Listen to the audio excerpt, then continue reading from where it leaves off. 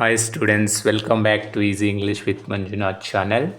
Today's class I am going to one of the important topic and also we can say heart of English grammar, that is none other than tense. Before going to teach you, who has not yet subscribed, please subscribe and share to all your friends and your relatives and family members. When you subscribe my channel, you will get all my video notifications when I upload the videos.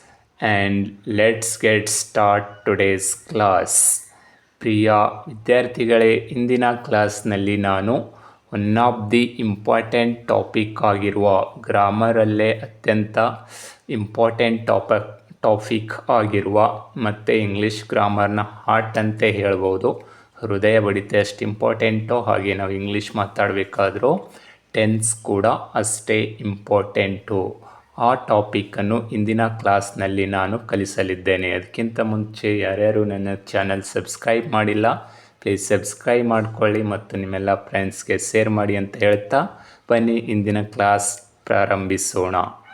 ಪ್ರಿಯ ವಿದ್ಯಾರ್ಥಿಗಳೇ, ನೀವೆಲ್ಲರೂ ಈಗಾಗಲೇ ಕಲ್ತಿದ್ದೀರಿ ಭಾಳಷ್ಟು English ಗ್ರಾಮರನ್ನು.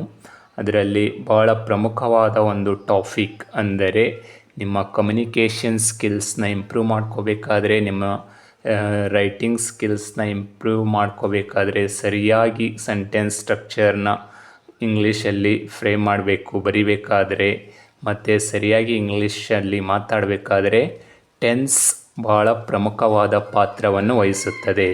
ಈ tension ಸರಿಯಾಗಿ ನೀವು ಕಲಿತ್ರೆ ನಿಮಗೆ English ಮಾತನಾಡಲು ಮತ್ತು ಬರೆಯಲು ಭಾಳ ಸುಲಭವಾಗಿ ಬರುತ್ತದೆ ಅಂತ ಹೇಳುತ್ತಾ ಬನ್ನಿ ಇಂದಿನ ಕ್ಲಾಸ್ ಪ್ರಾರಂಭಿಸೋಣ.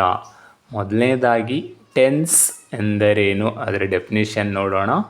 ಆಮೇಲೆ ಟೆನ್ಸ್ ಅಲ್ಲಿ ಎಷ್ಟು ಪ್ರಕಾರಗಳಿದ್ದಾವೆ ಮತ್ತು ಪ್ರತಿಯೊಂದು ಟೆನ್ಸು ಯಾವಾಗ ಮತ್ತು ಹೇಗೆ ಯೂಸ್ ಮಾಡಬೇಕು ಮತ್ತು ಯಾವ ಸಂದರ್ಭದಲ್ಲಿ ಈ ಟೆನ್ಸ್ನ ಯೂಸ್ ಮಾಡಬೇಕಂತ ಸಂಪೂರ್ಣವಾಗಿ ಎಲ್ಲವನ್ನು ಒಂದೊಂದಾಗಿ ಕಲಿಯೋಣ ಬನ್ನಿ.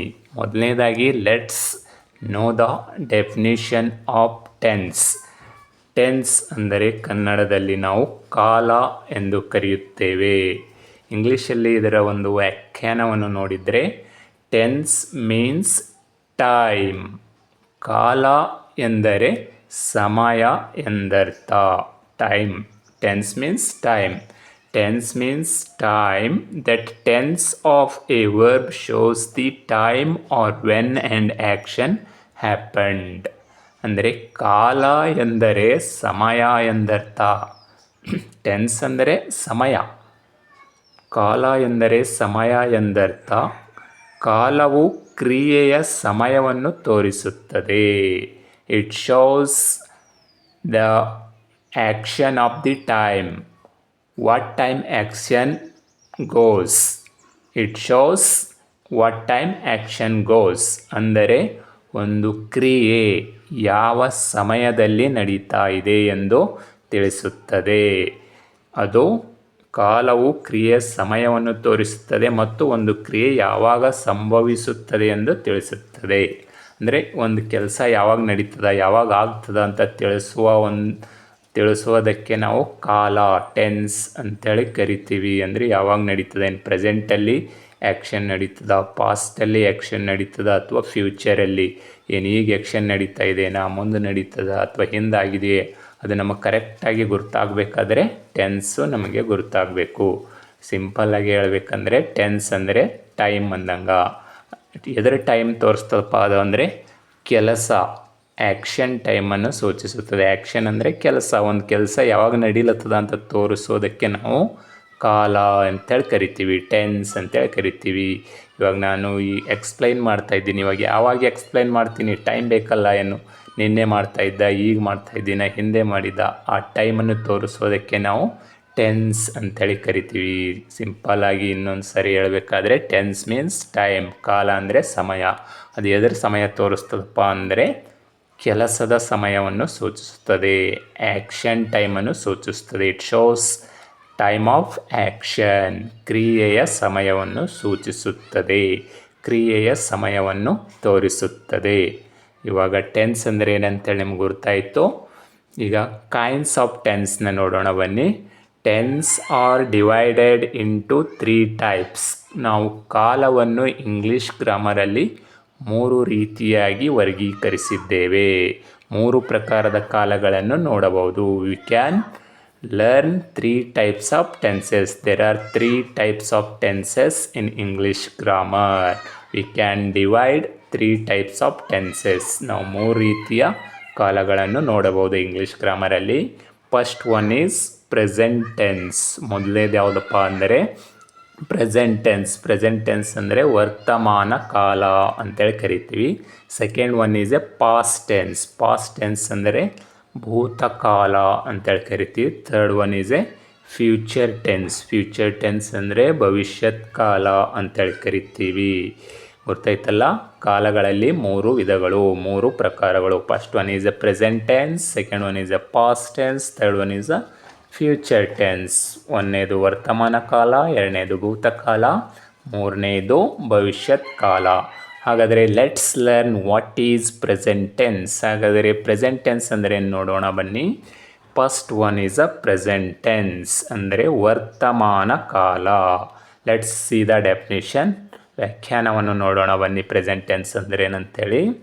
Present tense it expresses actions in the present time. ಅಂದರೆ ಒಂದು ಕ್ರಿಯೆಯು ಸದ್ಯದ ಸಮಯವನ್ನು ತಿಳಿಸುವ ಕಾಲಕ್ಕೆ ವರ್ತಮಾನ ಕಾಲ ಎಂದು ಕರೆಯುತ್ತೇವೆ. ಒಂದು ಕ್ರಿಯೆಯು ಸದ್ಯ ಅಂದರೆ ಈಗ ನಡೆಯುತ್ತಿರುವ ಕ್ರಿಯೆಗಳನ್ನು ಸೂಚಿಸುವ ಕಾಲಕ್ಕೆ ನಾವು ಪ್ರೆಸೆಂಟ್ ಟೆನ್ಸ್ ವರ್ತಮಾನ ಕಾಲ ಎಂದು ಕರೆಯುತ್ತೇವೆ. ಕ್ರಿಯೆ ಅಂದರೆ ಕೆಲಸ. ಒಂದು ಕೆಲಸ ಈಗ ನಡೆದಿತ್ತು ಅಂದರೆ ಅದಕ್ಕೆ ನಾವು ಪ್ರೆಸೆಂಟ್ ಟೆನ್ಸ್ ವರ್ತಮಾನ ಕಾಲ ಅಂತೇಳಿ ಹೇಳ್ತೀವಿ. ಫಾರ್ ಎಕ್ಸಾಂಪಲ್ ಹೇಳಬೇಕಾದ್ರೆ, ಇವಾಗ ನಾನು ಟೀಚ್ ಮಾಡ್ತಾ ಇದ್ದೀನಿ. ಇದು ಟೀಚ್ ಮಾಡುವಂಥ ಒಂದು ಆ್ಯಕ್ಷನ್, ಕೆಲಸ ಯಾವಾಗ ನಡೀತಾ ಇದೆ? ಈಗ ನಡೀತಾ ಇದೆ. ಅದಕ್ಕೋಸ್ಕರ this is a present tense. I am teaching, this is a present tense. ಒಂದು ಕ್ರಿಯೆಯು ಸದ್ಯ ನಡೆಯುವ ಸಮಯವನ್ನು ತಿಳಿಸುವ ಕಾಲಕ್ಕೆ ವರ್ತಮಾನ ಕಾಲ ಎಂದು ಕರೆಯುತ್ತೇವೆ. ಗೊತ್ತಾಯ್ತಲ್ಲ ವಿದ್ಯಾರ್ಥಿಗಳೇ, ವರ್ತಮಾನ ಕಾಲ ಅಂದರೆ ವೆರಿ ಸಿಂಪಲ್. ಈಗ ಪ್ರೆಸೆಂಟಲ್ಲಿ ಸದ್ಯ ಏನೇನು ಕೆಲಸ ನಡೀಲತ್ತವ ಅದು ಈಗ ನಡೆಯುವ ಕೆಲಸವನ್ನು ಸೂಚಿಸುವ ಸಮಯವನ್ನು ಸೂಚಿಸುವ ಕಾಲಕ್ಕೆ ನಾವು ಪ್ರೆಸೆಂಟ್ ಟೆನ್ಸ್ ಅಂತೇಳಿ ಕರಿತೇವೆ.